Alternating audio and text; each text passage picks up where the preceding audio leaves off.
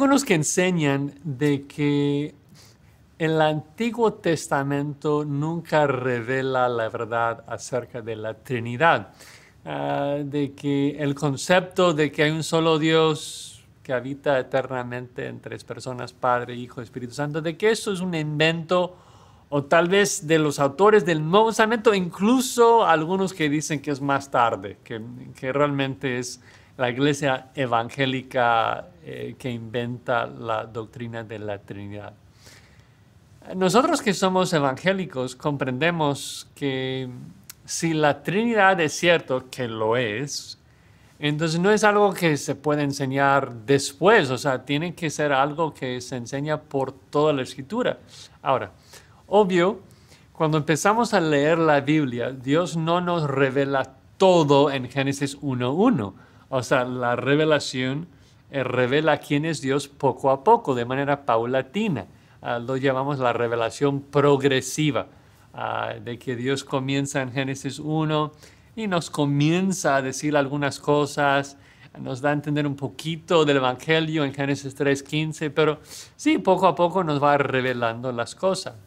Pero aún así, no es de que Dios puede hablarnos de que Él es un solo ser, una sola persona en Génesis, luego cambiar en el Nuevo Testamento, cuando vemos ahí en el bautismo de Jesucristo, de que el Padre está hablando, el Espíritu está descendiendo como paloma y Jesucristo allí. No es de que es por primera vez en el huerto de Getsemaní de que el Hijo está conversando con su Padre. Tiene que haber evidencia de la Trinidad aún en el Antiguo Testamento. Claro, claro que sí, lo hay.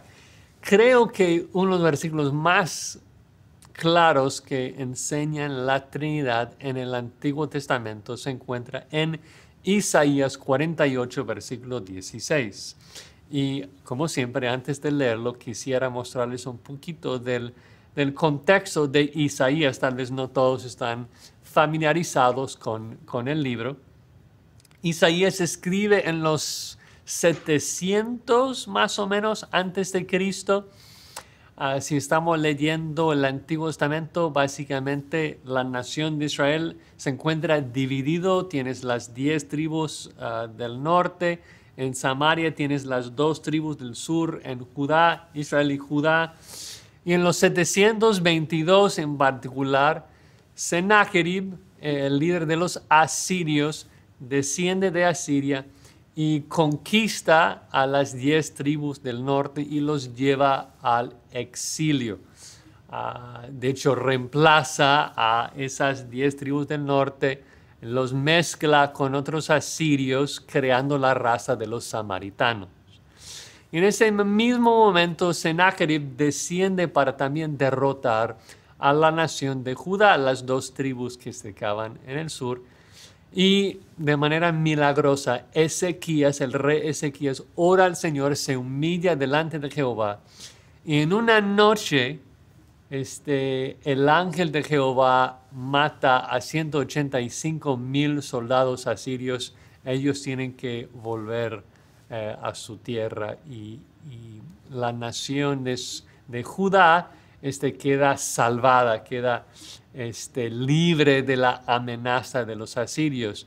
Pero lamentablemente Ezequías muestra todos los tesoros del templo de Jehová a los babilonios, así que Dios promete de que los israelitas serán también exiliados a Babilonia por 70 años. Ahora, el libro de Isaías abarca toda esa historia. Y en los primeros 35 capítulos, esos 35 capítulos narra las profecías que Isaías declaraba en su ministerio antes de la esperanza de la victoria del ángel de Jehová, antes de la esperanza, digamos, de la restauración. Entonces los primeros 35 capítulos más o menos es pura condenación. Ay de las naciones, ay de los que confían en Él, todos van a morir, o sea, mucha condenación los primeros 35 capítulos. Luego en Isaías 36 al 39, Isaías narra lo que pasa con la derrota de los asirios en los tiempos de Ezequías, de que Sennacherib, baja y que el ángel de Jehová los derrota y que regresan. Y luego cuando llegamos a Isaías 40, ahí es donde el libro toma un giro drástico y Dios da esperanza a su pueblo. Dice, consolaos, consolaos, pueblo mío. Y comienza a animarles de la esperanza y de muchas profecías de que Dios iba a restaurarlos. De que aunque Israel había pecado, aunque ellos habían mostrado todos los tesoros del templo a los babilonios, aunque ellos iban a ser exiliados a Babilonia por 70 años, después de esa disciplina, Dios iba a regresarlos y Dios iba a prosperarlos. De hecho, en Isaías capítulo 44, Dios predice exactamente el nombre de la persona que iba a decretar su regreso a la tierra prometida. Dice ahí, Jehová está hablando, Isaías 44, 26, yo el que despierta la palabra de su siervo y cumple el consejo de sus mensajeros, que dice a Jerusalén serás habitada y a las ciudades de Judá reconstruidas serán, sus ruinas reedificaré, dice a las profundidades secaos y tus ríos haré secar, dice de Ciro, eres mi pastor y cumplirá todo lo que yo quiero, al decir a Jerusalén serás edificada y al templo serás fundado. Entonces tenemos esta gran promesa de que durante el exilio Dios va a ministrar a su pueblo, va a regresar a la tierra y será Ciro el nombre del rey medo-persa que regresa a los israelitas a la tierra prometida. Es un mensaje de gran aliento. Pero aún esto no resuelve el problema del pecado de Israel, así que luego encontramos en el capítulo 53 de Isaías el pasaje sobre el siervo sufriente, de que Jesús será castigado por nuestro pecado, que Él fue herido por nuestras rebeliones, molido por nuestros pecados, de que dice, todos nosotros nos descarriamos como ovejas, cada cual se apartó por su camino, mas Jehová cargó en Él el pecado de todos nosotros. Entonces Dios nos va a salvar, Dios nos va a restaurar, Dios nos va a perdonar por medio de este siervo, este Mesías que va a cargar sobre sus hombros el pecado de todo su pueblo. Entonces tenemos ese gran mensaje de que Dios va a salvar a su pueblo, les da esperanza, les da consuelo. Lo curioso, como dije, es de que estás viendo el contexto de Isaías, entiendes un poquito más de quién va a ser este siervo sufriente, quién va a ser ese Mesías que muere en el lugar nuestro por nuestros pecados. Y no es un hombre solamente, no es un hombre muy justo y muy perfecto, sino es Dios encarnado. ¿Por qué lo sabemos?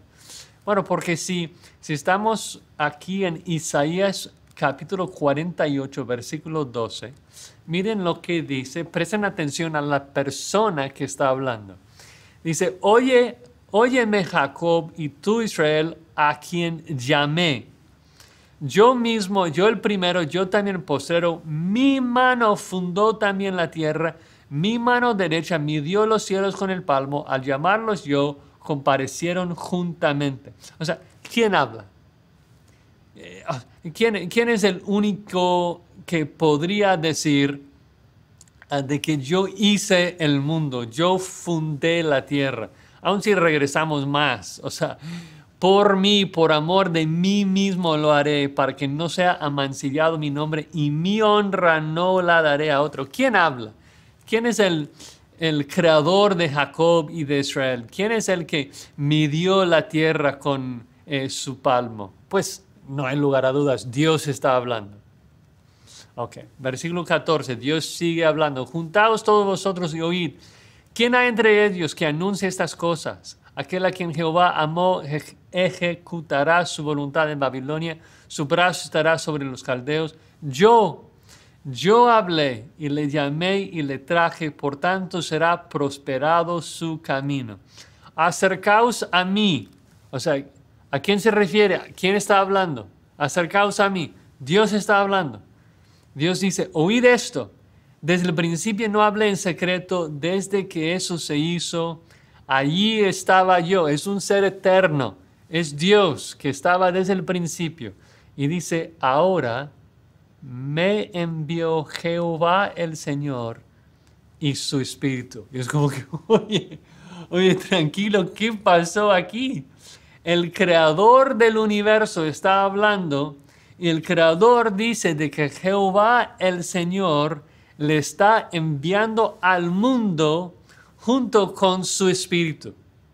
O sea, no puede haber un versículo más claro, ni siquiera en el Nuevo Testamento, que hable tan claramente de la Trinidad, de que el Creador Jesucristo que hizo el mundo está hablando y dice que Jehová Dios Padre le envió al mundo juntamente con su Espíritu. Entonces, claramente, o sea, la verdad de la Trinidad se enseña en toda la Biblia, también en el Antiguo Testamento. Otros textos rápidamente, nada más para que vean que no solamente se trata de Isaías, o sea, tenemos a Génesis 1, en donde Dios Padre crea al mundo por medio de un verbo, Jesucristo, y el Espíritu de Dios también se movía sobre la faz de las aguas. Tenemos el versículo 26, en donde Dios, quien es un solo ser, dice, hagamos al hombre a nuestra imagen. Es plural porque es una conversación intertrinitaria, el Padre hablando con el Hijo, con el Espíritu. Tenemos otro texto favorito para mí en Génesis 19, 24, en donde, si te acuerdas de la historia, Jesucristo preencarnado está en forma de un hombre, está platicando con Abraham, había cenado con Abraham. Luego los dos ángeles, o sea, fueron a Sodoma y Gomorra y Jesús se queda platicando con Abraham.